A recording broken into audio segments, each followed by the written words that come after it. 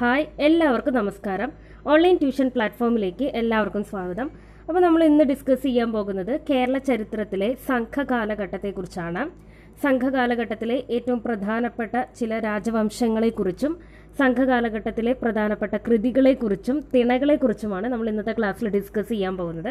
അപ്പോൾ നമുക്ക് ക്ലാസ്സിലോട്ട് കടക്കാം. ആദ്യമായി എന്താണ് സംഘകാലം എന്ന് നോക്കാം. സംഘകാലത്ത് ശക്തി പ്രാപിച്ച ഏറ്റവും പ്രധാനപ്പെട്ട ഒരു ഭാഷാ സാഹിത്യമാണ് തമിഴ് എന്ന് പറയുന്നത്. തമിഴിനാണ് ഏറ്റവും കൂടുതൽ സംഘകാലഘട്ടത്തിൽ പ്രാധാന്യം കൊടുത്തിരുന്നത്. അതുപോലെ തന്നെ സേലം, കോയമ്പത്തൂർ തുടങ്ങിയിട്ടുള്ള മേഖലകളെല്ലാം തന്നെ സംഘകാലഘട്ടത്തിൽ അറിയപ്പെട്ടിരുന്നത് കൊങ്ങുനാട് എന്ന പേരിലാണ്. കൊങ്ങുനാട് എന്ന പേരിലാണ് സേലം, കോയമ്പത്തൂർ തുടങ്ങിയിട്ടുള്ള മേഖലകൾ സംഘകാലഘട്ടത്തിൽ അറിയപ്പെട്ടിരുന്നത്. അതുപോലെ കായംകുളം അറിയപ്പെട്ടിരുന്നത് ഓടനാട് എന്ന പേരിലാണ്. അപ്പം ഓടനാട് എന്നറിയപ്പെടുന്ന സ്ഥലം ഏതാണ്? കായംകുളമാണ്. അതുപോലെ മരചിബത്തനം, മുച്ചിരി, മയോത്തൈ, മഹോദയപുരം, മുസിരിസ് എന്നീ വ്യത്യസ്ത പേരുകളിൽ അറിയപ്പെട്ടിരുന്ന പ്രദേശമാണ് കൊടുങ്ങല്ലൂർ എന്ന് പറയുന്നത്. ഓക്കെ, അപ്പോൾ സംഘകാലഘട്ടത്തിൽ ശക്തി പ്രാപിച്ച പ്രധാനപ്പെട്ട ഭാഷാ സാഹിത്യം എന്ന് പറയുന്നത് തമിഴാണ്. സേലം, കോയമ്പത്തൂർ തുടങ്ങിയിട്ടുള്ള മേഖലകൾ അറിയപ്പെട്ടിരുന്നത് കൊങ്ങുനാട് എന്ന പേരിലാണ്. അതുപോലെ കായംകുളം അറിയപ്പെട്ടിരുന്നത് ഓടനാട് എന്ന പേരിലാണ്. മരചിബത്തനം, മുച്ചിരി, മയോത്തൈ, മഹോദയപുരം, മുസിരിസ് തുടങ്ങിയിട്ടുള്ള പേരുകളിലാണ് കൊടുങ്ങല്ലൂർ എന്ന സ്ഥലം അറിയപ്പെട്ടിരുന്നത്.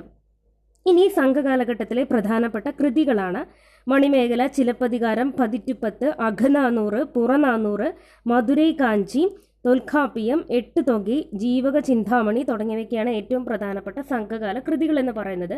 അതിൽ ചിലപ്പതികാരം ഇളങ്കോവടികളാണ് രചിച്ചത്. അതുപോലെ മണിമേഖല സാത്തനാറാണ്.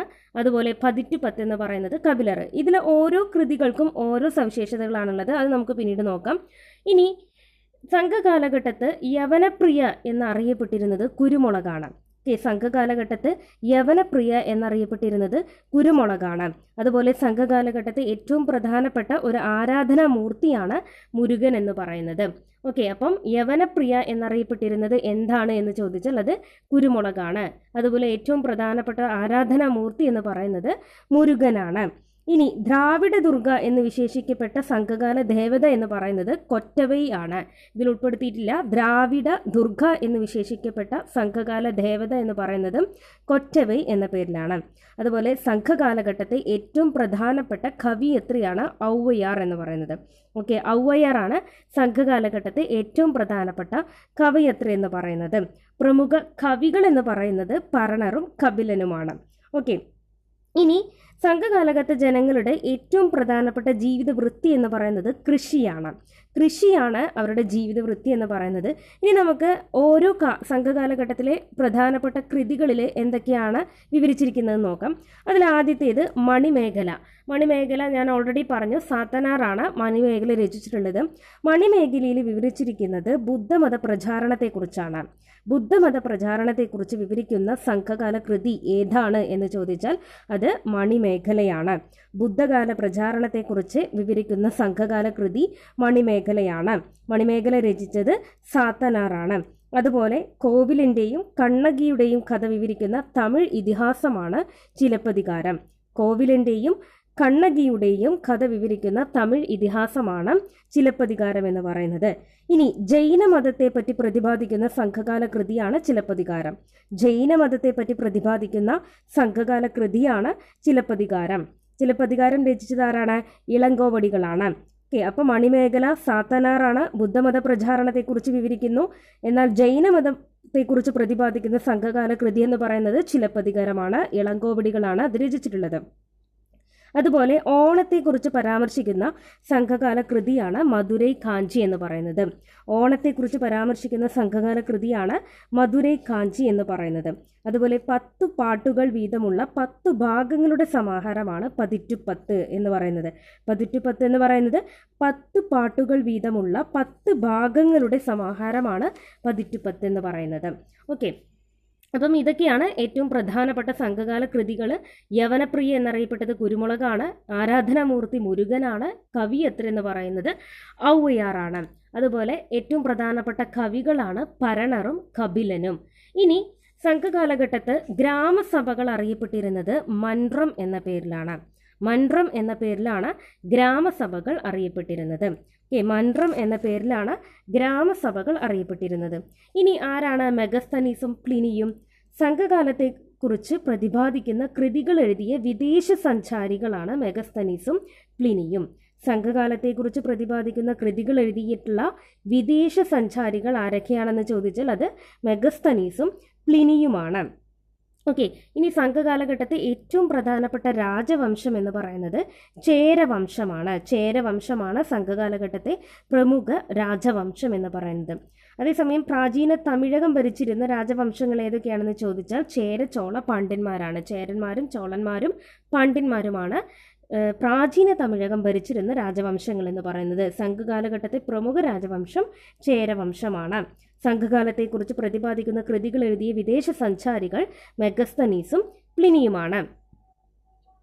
ഇനി പ്രധാനപ്പെട്ട ശാസനങ്ങൾ.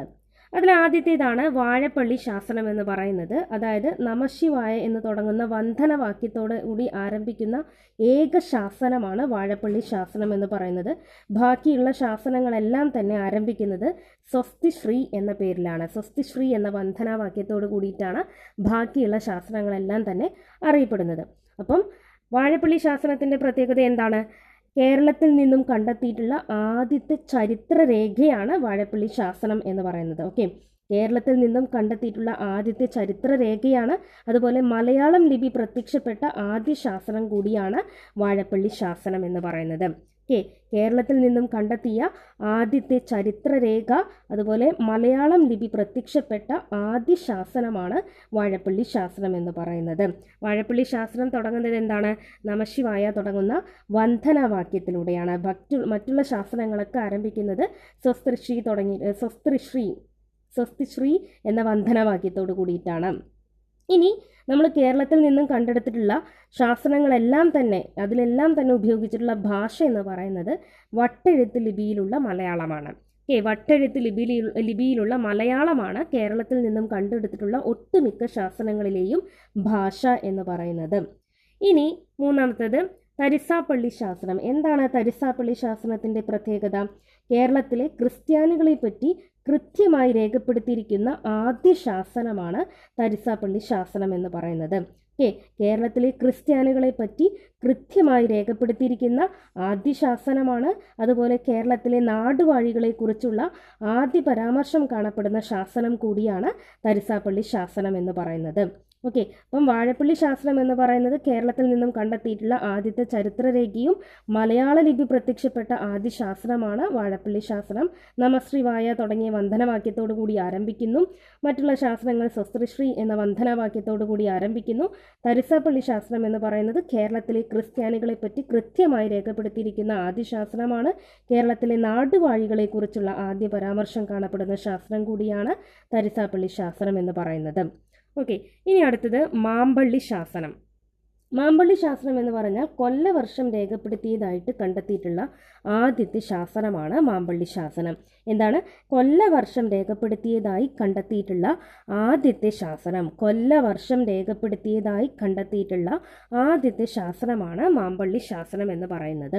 ഇനി അശോകന്റെ രണ്ടാം ശിലാശാസനം. കേരളത്തിന് പുറത്തു നിന്നും ലഭിച്ചിട്ടുള്ള കേരള പരാമർശമുള്ള ആദ്യത്തെ പ്രാചീന രേഖയാണ് അശോകന്റെ രണ്ടാം ശിലാശാസനം. കേരളത്തിൽ നിന്നും പുറത്തു നിന്നും ലഭിച്ചിട്ടുള്ള കേരളത്തിന് പുറത്തു നിന്നും ലഭിച്ച് കേരളത്തെക്കുറിച്ച് പരാമർശിച്ചിട്ടുള്ള ആദ്യത്തെ പ്രാചീന രേഖയാണ് അശോകന്റെ രണ്ടാം ശിലാശാസനം എന്ന് പറയുന്നത്. ഇനി ചോക്കൂർ ശാസനം. എന്താണ് ചോക്കൂർ ശാസനത്തിൻ്റെ പ്രത്യേകത? ദേവദാസി സമ്പ്രദായത്തെക്കുറിച്ച് പ്രതിപാദിക്കുന്ന ശാസനമാണ് ചോക്കൂർ ശാസനം എന്ന് പറയുന്നത്. എന്താണ്? ദേവദാസി സമ്പ്രദായത്തെക്കുറിച്ച് പ്രതിപാദിക്കുന്ന ശാസനമാണ് ചോക്കൂർ ശാസനം എന്ന് പറയുന്നത്. ഇനി പാലിയം ശാസനം, അതായത് ശ്രീമൂലവാസത്തെ ബുദ്ധക്ഷേത്രത്തിന് വേണ്ടി ഭൂമിദാനം ചെയ്യുന്നതായി പരാമർശിക്കുന്ന ശാസനമാണ് പാലിയം ശാസനം എന്ന് പറയുന്നത്.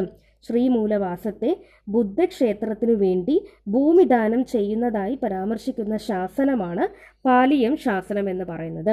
അതുപോലെ ജൂതശാസനം AD 1000 ആണ്ട് ഭാസ്കര രവിവർമ്മൻ ഒന്നാമൻ്റെ കാലഘട്ടത്തിൽ തയ്യാറാക്കപ്പെട്ട ശാസനമാണ് ജൂതശാസനം. AD 1000 ആണ്ട് ഭാസ്കര രവിവർമ്മൻ ഒന്നാമൻ്റെ കാലഘട്ടത്തിൽ തയ്യാറാക്കപ്പെട്ടിട്ടുള്ള ശാസനമാണ് ജൂതശാസനം എന്ന് പറയുന്നത്. ഇനി തിരുവിതാംകോട് ശാസനം. മണ്ണാപ്പേടി, പുലപ്പേടി തുടങ്ങിയിട്ടുള്ള ആചാരങ്ങളൊക്കെ നിരോധിക്കപ്പെട്ടത് തിരുവിതാംകോട് ശാസ്ത്രപ്രകാരമാണ്. ഓക്കെ, അപ്പം തിരുവിതാംകോട് ശാസ്ത്രപ്രകാരമാണ് മണ്ണാപ്പേടി, പുലപ്പേടി തുടങ്ങിയിട്ടുള്ള ആചാരങ്ങളൊക്കെ നിരോധിക്കപ്പെട്ടിട്ടുള്ളത്. അപ്പോൾ മണ്ണാപ്പേടി, പുലപ്പേടി തുടങ്ങിയിട്ടുള്ള ആചാരങ്ങൾ നിരോധിക്കപ്പെട്ടത് ഏത് ശാസ്ത്രപ്രകാരമാണെന്ന് ചോദിച്ചാൽ അത് തിരുവിതാംകോട് ശാസ്ത്രപ്രകാരമാണ്.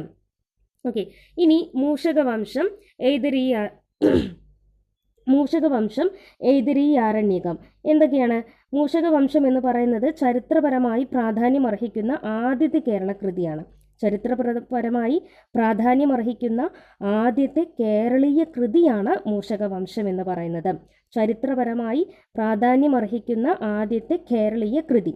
ഇനി ആരണ്യകം എന്ന് പറയുന്നത് കേരളത്തെ സംബന്ധിച്ചിട്ടുള്ള ഏറ്റവും പുരാതനപരമായ പരാമർശങ്ങൾ ഉൾപ്പെടുത്തിയിട്ടുള്ള സംസ്കൃത ഗ്രന്ഥമാണ് ആരണ്യകം എന്ന് പറയുന്നത്. ഓക്കെ, ഇനി കേരളപ്പഴമ എന്ന ഗ്രന്ഥത്തിൻ്റെ കർത്താവ് ആര്? കേരളപ്പഴമ എന്ന ഗ്രന്ഥത്തിൻ്റെ കർത്താവ് ഹെർമൻ ഗുണ്ടർട്ടാണ്. ഹെർമൻ ഗുണ്ടർട്ടാണ് കേരളപ്പഴമ എന്ന ഗ്രന്ഥത്തിൻ്റെ കർത്താവ് എന്ന് പറയുന്നത്. ഓക്കെ, ഇതാണ് ഏറ്റവും പ്രധാനപ്പെട്ട ശാസ്ത്രങ്ങൾ എന്ന് പറയുന്നത്. ഇനി തിണകൾ. സംഘകാലഘട്ടത്തെ സംബന്ധിച്ച് ഏറ്റവും പ്രധാനമായി നമ്മൾ നോക്കുന്നത് തിണകളെയാണ്. തിണകൾ എന്ന് പറഞ്ഞാൽ സംഘകാലഘട്ടത്ത് ഭൂമിശാസ്ത്രപരമായിട്ടുള്ള വിഭജനങ്ങളാണ് തിണകൾ എന്ന പേരിൽ അറിയപ്പെട്ടിട്ടുള്ളത്. ഭൂമിശാസ്ത്രപരമായിട്ടാണ് അവരുടെ തൊഴിലുകൾ നിർണയിച്ചിരുന്നത്. അതുപോലെ ഓരോ പ്രദേശത്തും ഓരോ ആരാധനാമൂർത്തിയാണ് ഉണ്ടായിരുന്നത്. ഓക്കെ, അപ്പോൾ സംഘകാലഘട്ടത്തെ ഭൂമിശാസ്ത്രപരമായിട്ടുള്ള വിഭജനമാണ് തിണകൾ എന്ന പേരിൽ അറിയപ്പെട്ടിട്ടുള്ളത്. ഇനി പ്രധാനമായിട്ടും എത്ര തിണകളാണുള്ളത്? 5 തിണകളാണുള്ളത്. അത് ഏതൊക്കെയാണ്? കുറിഞ്ചി, മുല്ലൈ, മരുതം, പാലൈ, നെയ്തൽ. കുറിഞ്ചി, മുല്ലൈ, മരുതം, പാലൈ, നെയ്തൽ. അതിൽ കുറിഞ്ചി എന്ന് പറയുന്നത് പർവ്വത പ്രദേശമാണ്. കുറിഞ്ചി എന്ന് പറയുന്നത് പർവ്വത പ്രദേശമാണ്. കുറിഞ്ചിയിലെ ആരാധനാമൂർത്തിയാണ് ചേയോൻ എന്ന പേരിൽ അറിയപ്പെട്ടത്. ചേയോൻ എന്ന പേരിൽ അറിയപ്പെട്ടത് കുറിഞ്ചി പ്രദേശത്തെ ആരാധനാമൂർത്തിയാണ്, പർവ്വത പ്രദേശത്തെ ആരാധനാമൂർത്തിയാണ്. ഇനി അടുത്തത് മുല്ലൈ. മുല്ലൈ എന്ന് പറയുന്നത് പുൽമേടുകളാണ്. മുല്ലൈ എന്ന് പറയുന്നത്. ഈ പ്രദേശത്തെ ഏറ്റവും പ്രധാനപ്പെട്ട ദേവൻ എന്ന് പറയുന്നത് മായോൻ എന്ന പേരിലാണ് അറിയപ്പെട്ടിരുന്നത്. മായോൻ എന്ന പേരിലാണ് മുല്ലൈ പ്രദേശത്തെ പ്രധാന ദേവൻ അറിയപ്പെട്ടിരുന്നത്. അതുപോലെ മരുതം എന്ന് പറയുന്നത് കൃഷിയാണ്, കൃഷിഭൂമിയാണ് മരുതം എന്ന് പറയുന്നത്. വേന്തർ എന്നാണ് അവിടുത്തെ ആരാധനാമൂർത്തി അറിയപ്പെട്ടിരുന്നത്. വേന്തർ എന്നാണ് അവിടുത്തെ ആരാധനാമൂർത്തി അറിയപ്പെട്ടിരുന്നത്. അതുപോലെ പാലൈ എന്ന് പറഞ്ഞാൽ വരണ്ട പ്രദേശമാണ്. വരണ്ട പ്രദേശമായിട്ടുള്ള പാലയിലെ ആരാധനാമൂർത്തി അറിയപ്പെട്ടിരുന്നത് കൊറ്റവൈ എന്ന പേരിലാണ്. അതുപോലെ നെയ്തൽ എന്ന് പറയുന്നത് തീരപ്രദേശമാണ്. തീരപ്രദേശത്തെ ആരാധനാമൂർത്തി അറിയപ്പെട്ടിരുന്നത് കടലോൻ എന്ന പേരിലാണ് തീരപ്രദേശമായിട്ടുള്ള നെയ്തലിൻ്റെ ആരാധനാമൂർത്തി അറിയപ്പെട്ടിരുന്നത്. ഇതാണ് ഏറ്റവും പ്രധാനപ്പെട്ട തിണകൾ എന്ന് പറയുന്നത്. കുറിഞ്ചി, മുല്ലൈ, മരുതം, പാലൈ, നെയ്തൽ. ഇവയാണ് ഏറ്റവും പ്രധാനപ്പെട്ട തിണകൾ എന്ന് പറയുന്നത്. ഭൂമിശാസ്ത്രപരമായിട്ടുള്ള വിഭജനത്തെയാണ് തിണകൾ എന്ന് സംഘകാലഘട്ടത്തിൽ അറിയപ്പെട്ടിരുന്നത്. ഇനി പ്രധാനപ്പെട്ട രാജവംശങ്ങൾ ഏതൊക്കെയാണെന്നുള്ളതാണ്. കേരളത്തിലെ ആദ്യത്തെ രാജവംശമാണ് ആയ് രാജവംശം എന്ന് പറയുന്നത്. സംഘകാലഘട്ടത്തിലെ അല്ലെങ്കിൽ നമ്മൾ വിവരിക്കാവുന്ന രാജവംശമാണ് ആയ് രാജവംശം എന്ന് പറയുന്നത്. കേരളത്തിൻ്റെ ആദ്യത്തെ രാജവംശമാണ് ആയ് രാജവംശം എന്ന് പറയുന്നത്. ഇനി പൊതിയിൽ മലയിലെ ആയ്ക്കുടിയാണ് ഈ ആയ് രാജവംശത്തിൻ്റെ തലസ്ഥാനമായിരുന്നത്. ആദ്യത്തെ തലസ്ഥാനം പൊതിയിൽ മലയിലെ ആയ്ക്കുടി എന്ന് നോട്ട് ചെയ്താൽ മതി. ആയ്ക്കുടിയായിരുന്നു ആദ്യത്തെ അതിൻ്റെ തലസ്ഥാനം എന്ന് പറയുന്നത്. പിൽക്കാലത്ത് ആയ് രാജാക്കന്മാരുടെ തലസ്ഥാനം എന്ന് പറയുന്നത് വിഴിഞ്ഞത്തിലേക്ക് മാറ്റുകയാണ് ഉണ്ടായത്. ആദ്യത്തേത് ആയ്ക്കുടി, പിൽക്കാലത്ത് വിഴിഞ്ഞമാണ്. ഇനി ആയ് ആണ്ടിരനാണ് ആയ് വംശത്തിൻ്റെ സ്ഥാപകൻ. ആരാണ്? ആയ് ആണ്ടിരനാണ് ആയ് രാജവംശത്തിൻ്റെ സ്ഥാപകൻ എന്ന് പറയുന്നത്.